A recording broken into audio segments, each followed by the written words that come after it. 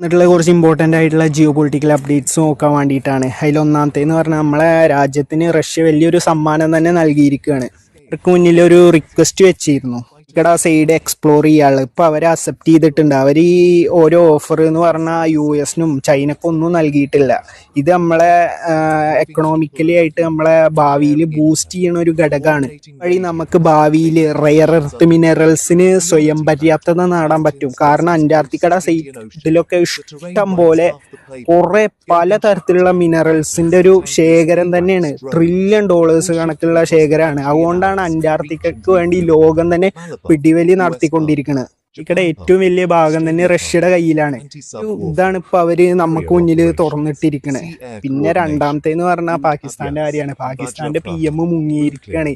ഏതൊക്കെ വിദേശ രാജ്യങ്ങളിൽ ആളിപ്പോ പര്യടനം നടത്തിക്കൊണ്ടിരിക്കുകയാണ്. പര്യടനം ഒന്നുമില്ല, അവിടെ താമസിച്ചുകൊണ്ടിരിക്കുകയാണ്. ആളിപ്പോ ലണ്ടനിലാണ്. ആള് തിരിച്ച് വരാൻ ഒരു ഇതുമില്ലാന്ന് അറിയണ്. കാരണം ഇപ്പോ അസീം മുനീറിന് ഫുൾ പവർ കൊടുത്തുകൊണ്ടുള്ള ഒരു ഓർഡർ അവിടെ പാസ്സാക്കണമെങ്കിൽ ഇയാളെ ഒപ്പ് വേണം.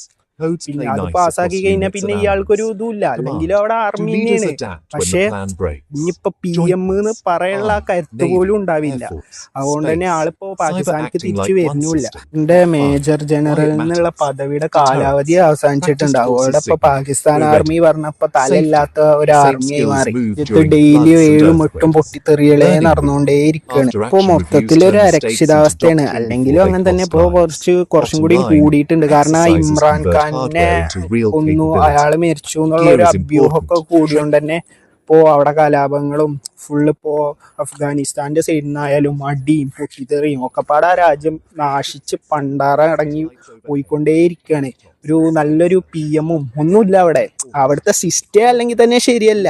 അവിടെ നടക്കണെന്ന് പറഞ്ഞാൽ അമേരിക്കയുടെ മൂടും താങ്ങി തീവ്രവാദികളെ എല്ലാ രാജ്യത്തേക്കും കയറ്റുമതി ചെയ്യുക, അതുപോലെ തന്നെ നമ്മളെ ഇന്ത്യക്കെതിരെ ഇതാക്കുക, അങ്ങനത്തെ വലിയൊരു അവസ്ഥ തന്നെയാണ് ഇപ്പൊ അവര് നേരിട്ടുകൊണ്ടിരിക്കുന്നത്. എന്തായാലും ഇപ്പൊ പുടിൻ ഇന്ത്യയിൽ നിന്ന് പോയാൽ വലിയൊരു തിരിച്ചടിക്ക് നമ്മൾ ഒരുങ്ങും. അതിൽ തന്നെ തലല്ലാത്തൊരു ആർമി ആയിട്ട് നമ്മൾ ഏറ്റുമുട്ടേണ്ടി വരുമെന്ന് നമ്മൾ നോക്കി തന്നെ കാണണം. അസീം മുനീറിന് എന്തായാലും പദവിയില്ല. ഇപ്പോ പാക് മന്ത്രി ഇപ്പോ തിരിച്ച് വരാനൊരു ഇതുമില്ലാന്നാ തോന്നുന്നത്. കാര്യങ്ങള് നമുക്ക് കുറച്ചും കൂടി എളുപ്പമായി. അല്ലെങ്കിൽ തന്നെ ചൈനയുടെ കുറച്ച് കളിപ്പാട്ടങ്ങളാണ് അവിടെ ഉള്ളത്. പിന്നെ അടുത്തതെന്ന് പറഞ്ഞാൽ ഇപ്പോ ചൈനയുടെ കുറെ ഒരു കാർഗോ എയർപ്ലെയിനുകൾ അവിടെ ഇപ്പോ തുടരെ ലാൻഡ് ആയിക്കൊണ്ടേയിരിക്കുകയാണ്. ആയുധങ്ങളായിട്ട് തുർക്കിയുടെയും ഇഷ്ടം പോലെ അവർക്ക് കുറെ ആയുധങ്ങൾ അവർക്ക് ഉണ്ട് എന്നുള്ള വിവരം നമുക്ക് ഇപ്പൊ കിട്ടുന്നുണ്ട്. എന്തായാലും ഇത് നമ്മളെ രാജ്യത്തെ ലക്ഷ്യം വെച്ചുകൊണ്ട് തന്നെയാണ് ചൈനയും തുർക്കിയും ഒക്കെ ഇത് ചെയ്യുന്നത്. നമ്മള് അതിനുള്ള മറുപടി അവർക്ക് നൽകുന്നുണ്ട്. എന്തായാലും ഒരു 2 ആഴ്ചയുടെ ഉള്ളിൽ നമുക്കൊരു വലിയൊരു തിരിച്ചടി തന്നെ പ്രതീക്ഷിക്കാം. ചിലപ്പോ ഇത്തവണ അവർക്ക് 2 ഫ്രണ്ട് വാറിന്റെ എന്താണ് അവരും അതിന്റെ രുചി അറിയേണ്ടി വരും. കാരണം അഫ്ഗാനിസ്ഥാനും വഴി ഒരു തിരിച്ചടി ഉണ്ടാകാൻ നല്ല ചാൻസ് ഉണ്ട്. കാരണം അവര് 2 ഫ്രണ്ട് വാർ ലൈനിന്റെ ബോർഡറില് ഫുള്ള് ആർമിനെ ഡിപ്ലോയ് ചെയ്തിട്ടുള്ളത്. എന്തായാലും അവർക്ക് താങ്ങാൻ പറ്റില്ല. കാരണം അഫ്ഗാനിസ്ഥാനെ പോലെ നേരത്തിൽ കൈകാര്യം ചെയ്യാൻ പറ്റാത്ത ഒരു രാജ്യമാണ്. അവരിപ്പോൾ ഇത്രയും ലോകത്തിലെ 4ാമത്തെ ശക്തരായ ഇന്ത്യൻ ആർമിയൂടെ അവർക്കെതിരെ വരുമ്പോൾ എന്തായാലും ആ രാജ്യം വലിയൊരു അരക്ഷിതാവസ്ഥയിലേക്ക് തന്നെയാണ് പോയിക്കൊണ്ടിരിക്കുന്നത്. നമുക്ക് എന്തായാലും കാണാം.